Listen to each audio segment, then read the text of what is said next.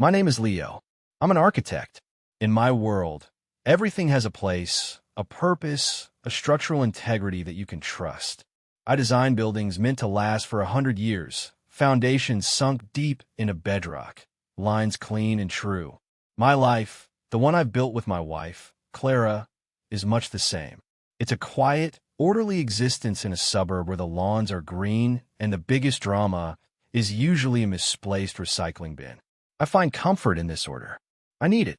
It's the opposite of the world I grew up in. It's the opposite of my brother, Mark. Mark is a creature of chaos. Where I build, he demolishes.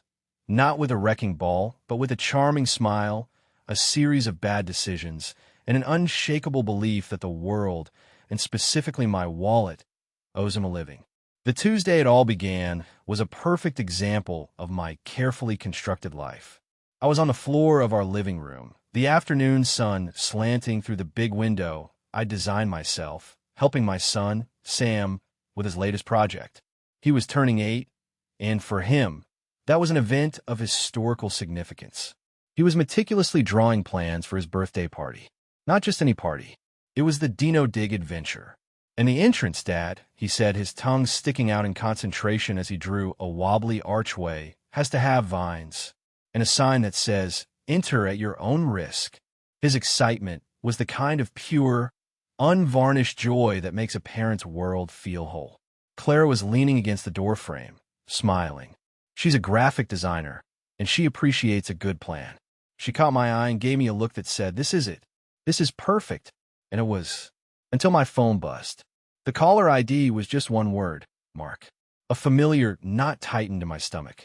I let go to voicemail. Sam didn't notice, too lost in a world of velociraptors and fossil excavation kits. But Clara's smile faltered. She knew what that call meant. The voicemail, when I listened to it later in the quiet of my office, was classic Mark. A rushed, breathless story about a supplier for his fledgling innovations company, a vague enterprise I suspected was run out of his spare bedroom, who had supposedly bailed on him. He needed $2,000, just for a few days, a cash flow issue. He'd pay me back on Friday. He always said Friday. I stood there, looking out at the orderly garden, and felt the familiar weight of obligation settle on my shoulders. I pulled up my banking app. Beside me, on my desk, was a framed photo from 25 years ago. 2 teenagers squinting in the sun. Me, 18, looking awkward and serious. Mark, 16, with a devil-may-care grin, his arm slung around my shoulder. Our mother, just a few years before she passed, had loved that picture. "My 2 boys," she'd always say. "You look after each other." I closed my eyes, hit send, and transferred the money. When I came back downstairs, Clara was cleaning the kitchen counter. She didn't look at me, but she asked, "Did you fix it?" It wasn't a question about the problem. It was a question about me, about my inability to say no to the one person who consistently threatened the stable world I worked so hard to maintain. "It's handled," I said, my voice flatter than I intended. She stopped wiping and finally looked at me. Her expression wasn't angry. It was something far worse. It was weary. "I know, Leo," she said softly. "It always is." The next evening, Mark called again. I almost ignored it, but the thought of another voicemail, another manufactured crisis, was too much. I answered, stepping out onto the back patio. "Leo, big bro. Hey, listen, I am so sorry about yesterday." He began, his voice oozing a charisma he could turn on like a faucet. "You're a lifesaver. Seriously, the money is already on its way back to you." I knew it wasn't. "It's fine, Mark. What's up?" "Well, that's the thing.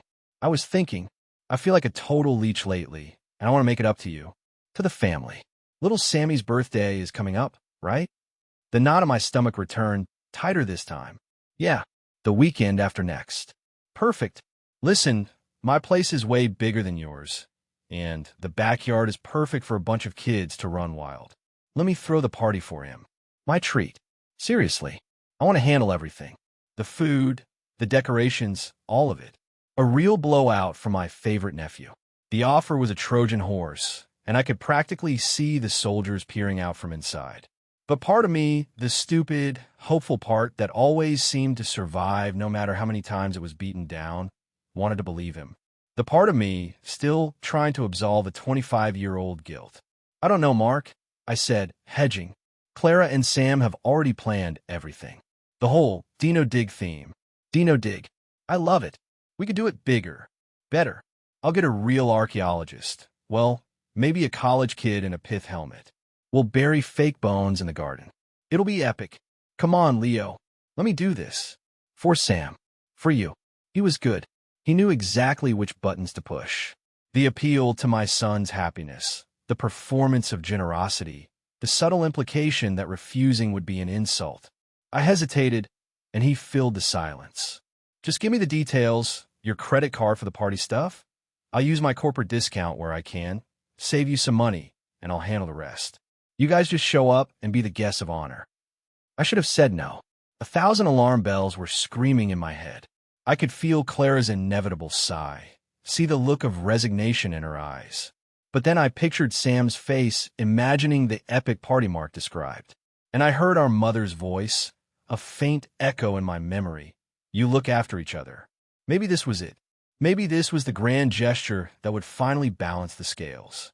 Okay, I said, the word tasting like a mistake even as I said it. Okay, Mark, but this is for Sam. Every penny is for his party. Understood. Crystal clear, big bro. You won't regret it. This is going to be the best 8th birthday party in the history of birthdays, he crowed. When I went back inside, Clara was putting Sam to bed. I waited in the living room, rehearsing how I would tell her. When she came down, she took one look at my face and crossed her arms. You gave him the party, didn't you? I nodded, feeling like a fool. He wants to make it up to us. He sounded sincere. Clara walked over and stood in front of me. She didn't raise her voice. She just spoke with a quiet, sad clarity. He is a black hole, Leo, and you keep letting him think you're the sun. I hope, for Sam's sake, you're right this time. But a black hole never changes its nature. It only pulls things in. The day of the party, the air in our car was thick with anticipation. Sam was practically vibrating in his booster seat, wearing a khaki vest Clara had found for him and clutching a brand new toy compass. He'd been talking about the real buried bones for a week straight. Even I had allowed myself to be swept up in a cautious optimism. Mark had sent a few texts during the week asking for Sam's favorite flavor of cake and confirming the number of kids. It seemed professional. It seemed right. As we turned onto Mark Street, my optimism began to curdle. The street was packed with cars. Not the minivans and sensible sedans of neighborhood parents, but high-end German cars and a few flashy Teslas. Wow. Aunt Carol and Uncle Jim must have invited all their friends, Clara murmured from the passenger seat, a note of confusion in her voice. Maybe, I said, my hands tightening on the steering wheel. Then we saw the house. There was no enter-at-your-own-risk sign. No vines. Instead, stretched across the entire two-car garage, was a massive, professionally printed vinyl banner. The colors were a slick corporate blue and silver. The text was sharp and bold, celebrating Kevin's future and M-Dynamics innovation. My blood ran cold. Kevin was Mark's 11-year-old son. M-Dynamics was the name of his perpetually failing company. Sam's excited chatter died in his throat. Dad, he asked, his voice suddenly very small. Who's Kevin? I couldn't answer. My throat felt like it was full of concrete. We got out of the car and walked toward the front door in a state of collective shock. The front yard wasn't filled with kids playing tag. It was filled with adults in business casual attire, holding glasses of wine and talking loudly about market shares and venture capital. The sound wasn't the joyous chaos of a child's party, but the dull roar of a corporate networking event. We stepped inside. It was worse. A bartender in a crisp white shirt was mixing cocktails behind a portable bar. Waitstaff circulated with trays of fancy hors d'oeuvres. And in the center of the living room, where a bouncy castle or a mountain of presents should have been, was a massive, shimmering ice sculpture. It was expertly carved into the shape of the MD logo from Mark's company. Then I saw it. Tucked away in a dark, forgotten corner near the downstairs bathroom was a single 6-foot folding table. On it was a green plastic tablecloth, a half-dozen deflated-looking dinosaur print balloons tied to a chair, and a lonely plate of store-bought cookies. A small, handwritten sign, clearly an afterthought, was propped against a bag of chips. It said, "Happy B-Day, Sam." My breath hitched. This wasn't a hijack party. This was a desecration. He had used my son's birthday as a cheap, flimsy excuse to throw a schmooze fest for himself. He had taken my money, my trust, and my son's innocent joy, and fed it all into the wood chipper of his own ego. I spotted Mark holding court near the ice sculpture, a drink in one hand, slapping some man in a suit on the back. He saw us, and his face lit up with a practiced, fraudulent warmth. He strode over, completely oblivious to the fury radiating from me. "Leo, Clara, Sam, you made it," he boomed, loud enough for his new friends to hear. "Glad you could come. Glad we could come." The words echoed in my head. We weren't guests. We were the cover story, the chumps who paid for the venue. "Mark," I said, my voice dangerously low. "What is this?"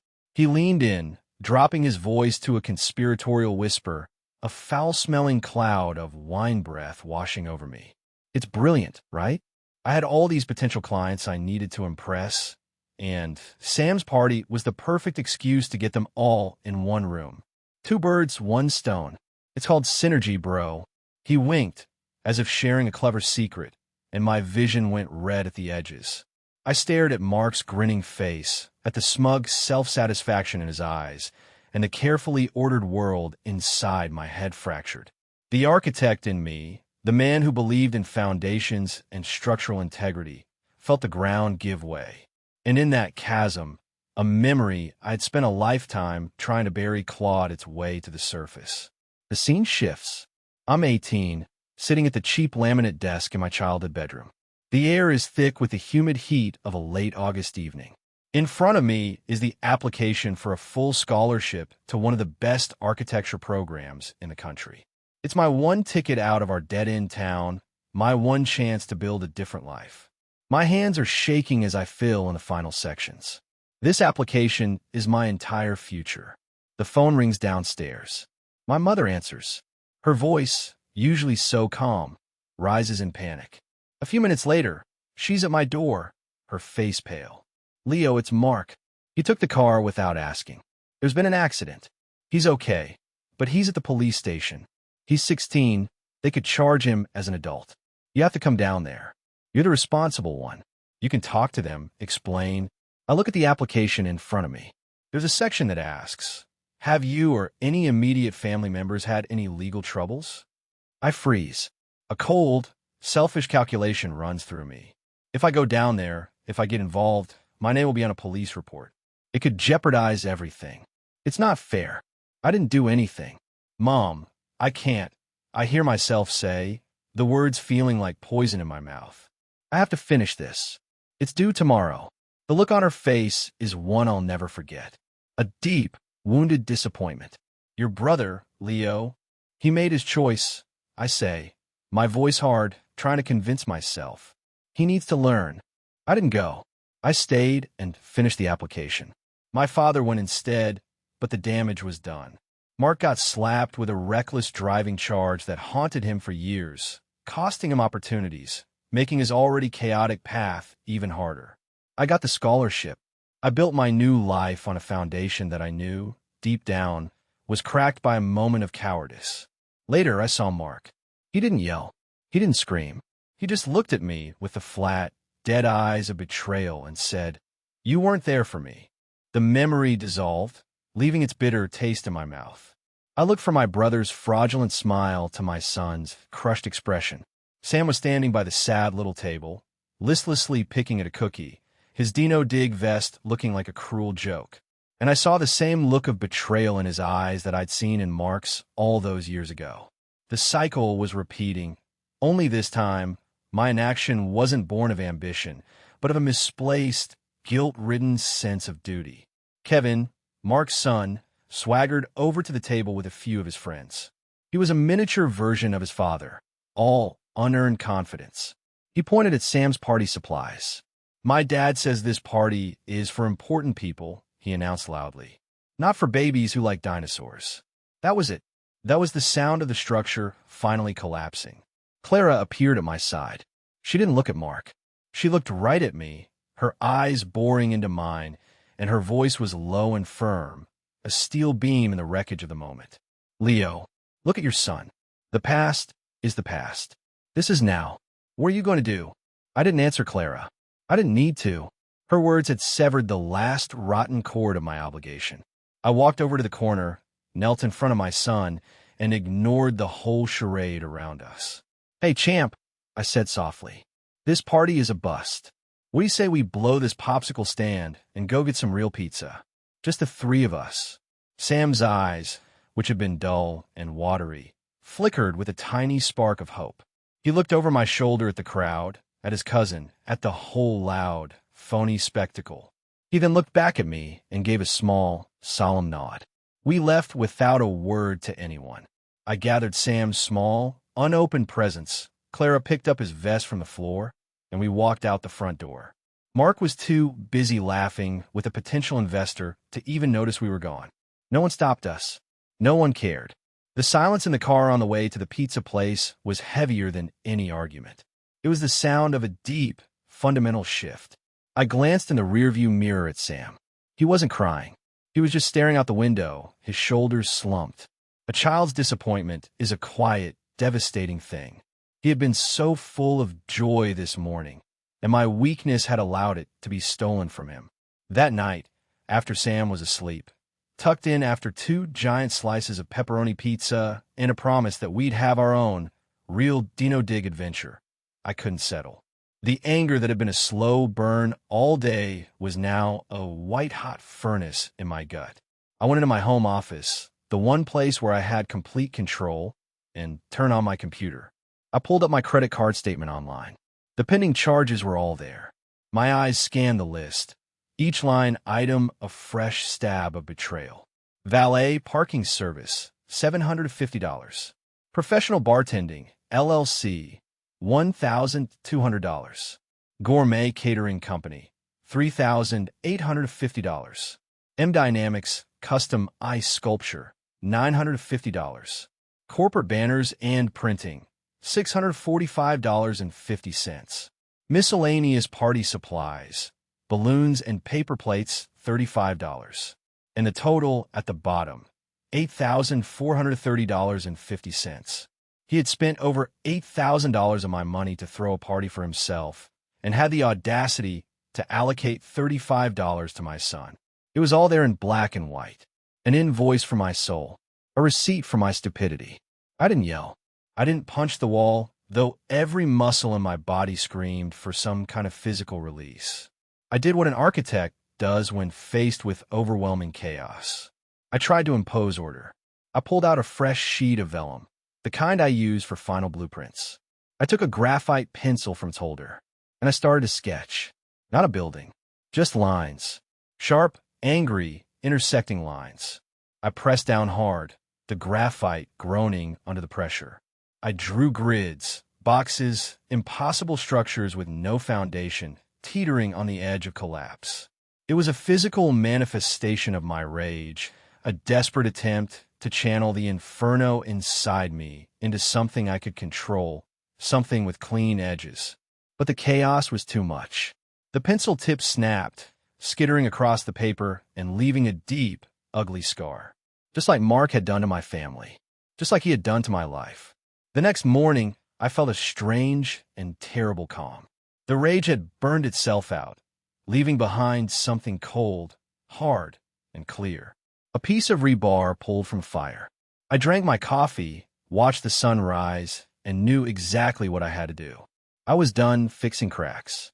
It was time for demolition. I waited until 9 a.m., a respectable business hour. I called Mark. He picked up on the second ring, his voice still buoyant from his successful event. Leo, morning. Hey, what a night, huh? I think I might have landed the Halston account. That guy, the one in the blue blazer? He's very interested in M Dynamics. Thanks for helping make that happen, by the way. It was a huge win. The sheer, unadulterated audacity of it almost made me laugh. Thanks for helping make that happen. I saw the credit card statement, Mark. I said, my voice devoid of any emotion. It was the voice I used with contractors who try to cut corners. Oh yeah, a bit steep, I know, he said breezily. But you gotta spend money to make money, right? An investment in the future. Our future, bro. It was my son's birthday party, Mark. And he had a party. He had cake. Well, cookies. He had balloons. Come on, don't be so dramatic. He's 8. He won't even remember it in a month. I'll remember it, I said. Clara will remember it. And right now, Sam remembers it. I want the money back. All of it. Mark actually laughed. A short, incredulous bark. What? Are you serious? After everything? Come on, Leo, don't be like that. It's just money. You got plenty. And then he said it. The line he had been holding in reserve, the emotional nuke he always used when he felt cornered. He lowered his voice, making it sound wounded, intimate. Besides, he murmured, the subtext thick with 25 years of weaponized history. You kind of owe me one, don't you think? The cold calm in my chest solidified into something that felt like granite. He had finally overplayed his hand. He had used the one sacred, broken thing between us as a bargaining chip for a bartender and a fucking ice sculpture. You're right, Mark, I said, and the shift in my tone was so abrupt it made him pause. The bro was gone. The hurt older brother was gone. An architect was on the line. I am, he asked, confused. Yes, you're right that I owe you. I owe you the truth. For years, I've let you operate under the assumption that my guilt was a blank check. That was my mistake. And I've treated your financial problems like a family matter. That was also my mistake. Leo, what the hell are you talking about?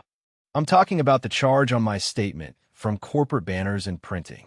I'm talking about the invoice for M Dynamics custom ice sculpture. You didn't just use my card for a party, Mark. You used my personal credit card to fund your corporate event without my authorization. It's not a family squabble anymore. It's business. I let the silence hang in the air. I could almost hear the gears turning in his head, the charm giving way to panic. That's not what it was, he stammered. Isn't it? I asked, my voice like ice. Because it looks a lot like fraud.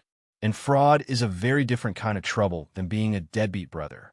I expect a wire transfer for the full amount, $8,430.50 by 5 p.m. today. Otherwise, my next call is to the police. And my lawyer. This is your one and only warning.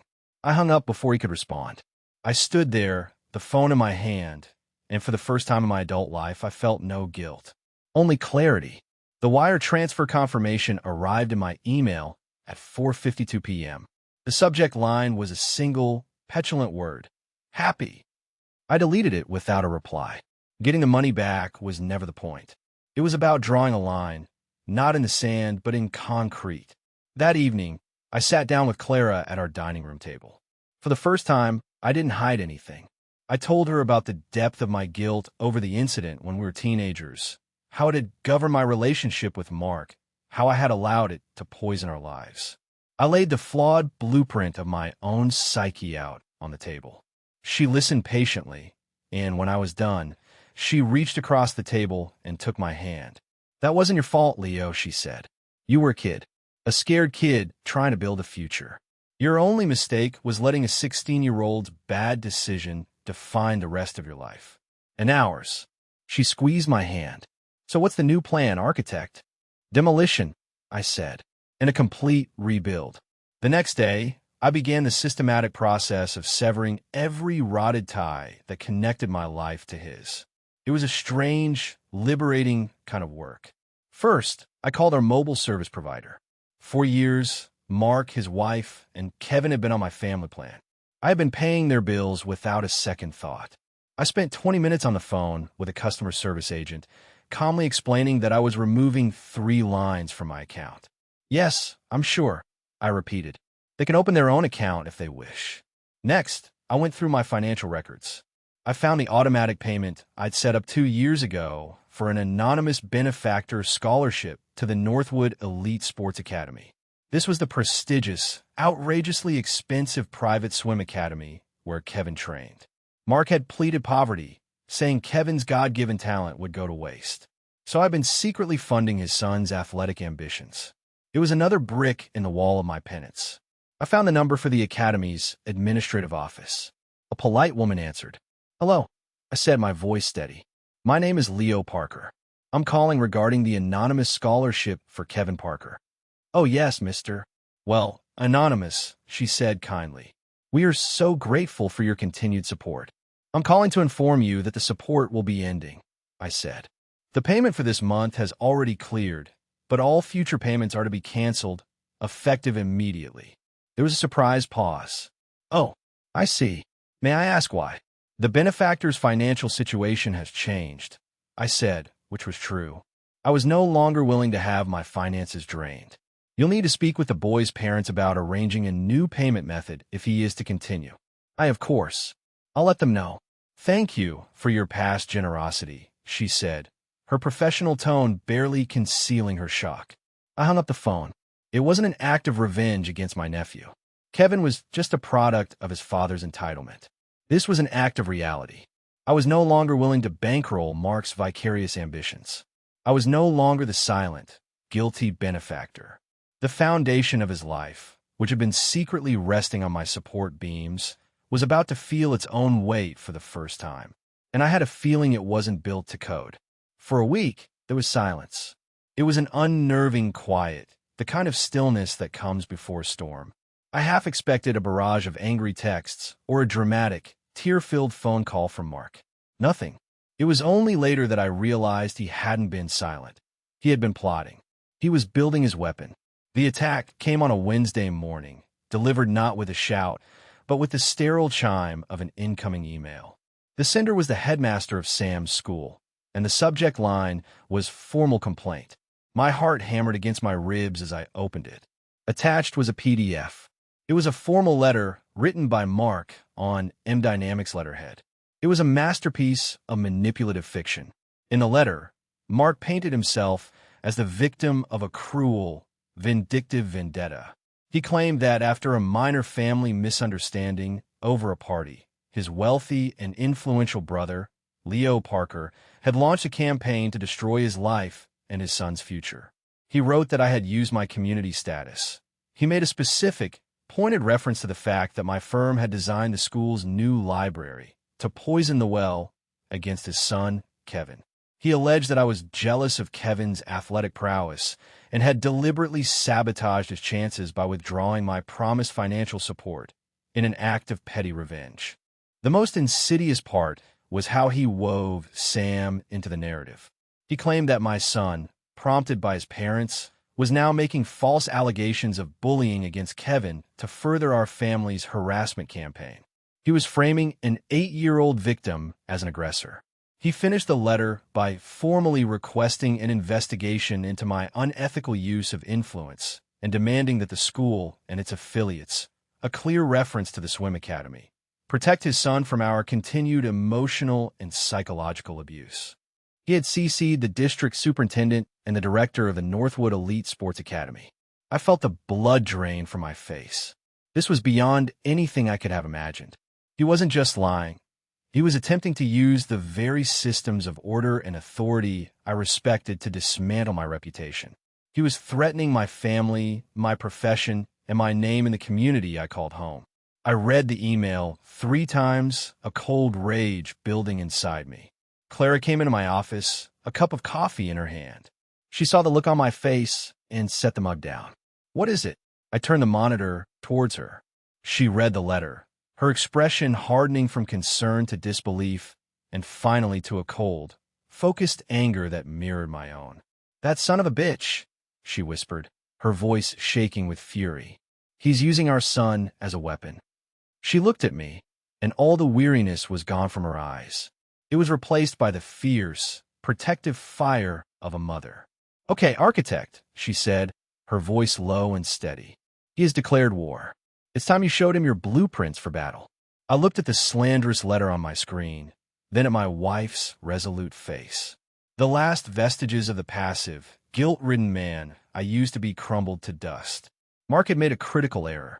He had mistaken my past silence for weakness. Now, he was about to learn about structural integrity from a man who knew exactly how to bring a faulty building crashing down. My first instinct was to call the headmaster and unload a torrent of righteous fury. But Clara put a hand on my arm. "No," she said. "We don't fight him on his terms. We don't use emotion. We use facts. We build a case." She was right. He was fighting with chaos and lies. We would fight with order and truth.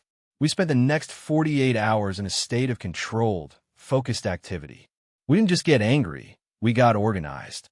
I went through years of emails and text messages, printing out every instance of Mark asking for money, every broken promise, every manipulative conversation.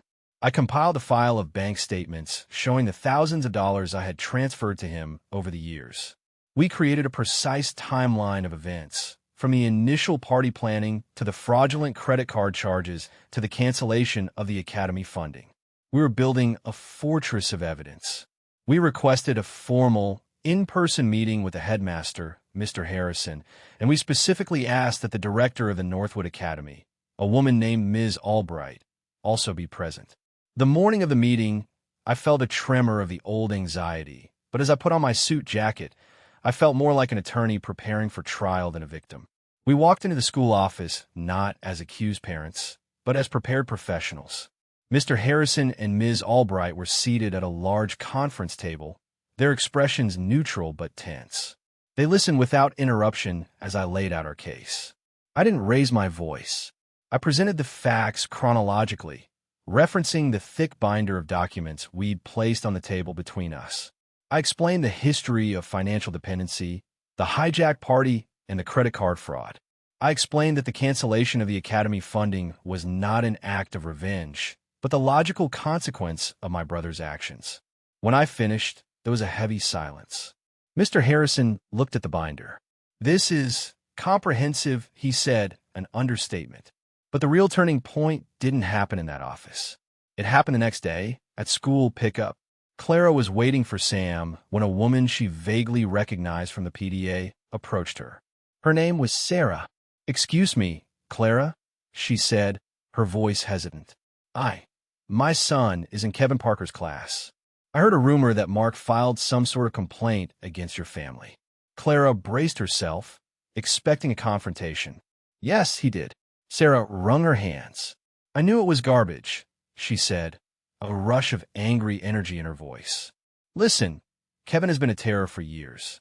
He pushed my son down the slide last month. He makes fun of kids' lunches. We've all been too afraid to say anything because his father, Mark, is so aggressive and defensive. He cornered a teacher in the parking lot last year. But when I heard he was trying to blame you and your son, well, that's a bridge too far." She took a deep breath. "If you need someone to speak to the principal, I will." It was like a dam breaking. That evening, Clara got a call from another mother. The next morning, I received an email from a father who coached the Little League team. It turned out we weren't the only ones who had been bullied into silence by Mark's behavior. Our stand had given them the courage to speak up. We forwarded the emails to Mr. Harrison and Ms. Albright. Our binder of evidence was no longer just about our family. It was becoming a community dossier. Mark hadn't just attacked us. He had inadvertently exposed himself as the rot in the foundation of the entire school community. A week later, we received another email. This time, it was from Ms. Albright, the director of the Northwood Elite Sports Academy. It was an invitation for Mark to attend a disciplinary review concerning his complaint and his son's status at the academy.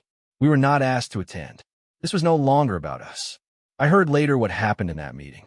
Mark, I was told, strode in like a conquering hero, expecting an apology and concessions. He came armed with his narrative of victimhood, ready to fight for his son's rights. He found Ms. Albright and 2 other board members seated at the table. They let him talk for 10 minutes, allowing him to lay out his entire litany of fabricated grievances, my jealousy, my campaign of harassment, my son's manipulation. He was passionate, articulate, and utterly convincing if you didn't know the facts. When he finally ran out of steam, Ms. Albright didn't argue with him. She didn't debate his points. She simply pushed a thin folder across the table. "Mr. Parker," she said, her voice calm and professional, "we have reviewed your complaint. We have also received unsolicited statements from 4 other families regarding your son's behavior and your own conduct towards members of our community." Mark's face, I was told, went pale. "But this meeting isn't about hearsay or playground disputes," Ms. Albright continued, her tone sharpening slightly. This is about the contract you signed when Kevin was admitted to this academy. Are you familiar with our parental code of conduct? She slid a single sheet of paper from a folder. It was a copy of the agreement he had signed. She had highlighted a specific section. It states, and I quote, "All parents and guardians are expected to behave with integrity, honesty, and respect towards all members of the academy community, including staff, students, and other parents. The filing of knowingly false or malicious complaints, or any behavior deemed to be intimidating or slanderous, constitutes a material breach of this contract." She let the words hang in the air. Mark stared at the highlighted text, speechless. "You accused another family in our community of a campaign of harassment," Ms. Albright stated, her voice like flint. "You used your son as a tool in a personal dispute. Our investigation, supported by multiple sources and substantial evidence, has found your complaint to be not only without merit, but demonstrably false and malicious in its intent. You have breached the code of conduct in the most severe way." She folded her hands on the table. "This academy's reputation is built on integrity. We're not a court of law for family squabbles. We are an institution of excellence, and we demand that standard from our parents as well as our students. Therefore," she said, delivering the final, devastating blow, "we are terminating your son's enrollment, effective immediately. We trust you will find another institution more suitable to your standards." It wasn't a suspension. It wasn't probation. It was an expulsion executed with the cold, quiet precision of a surgeon. It was not the vengeful, emotional act Mark had accused me of. It was the logical, systemic, and absolute consequence of his own actions. He had built a house of cards, and someone had finally opened a window. The fallout was swift and silent. We didn't gloat. We didn't even speak of it. We simply stepped back and watched the structure of Mark's life, now stripped of its secret supports, begin to groan under its own weight. His great networking party, the one he had sacrificed his own brother for, yielded nothing.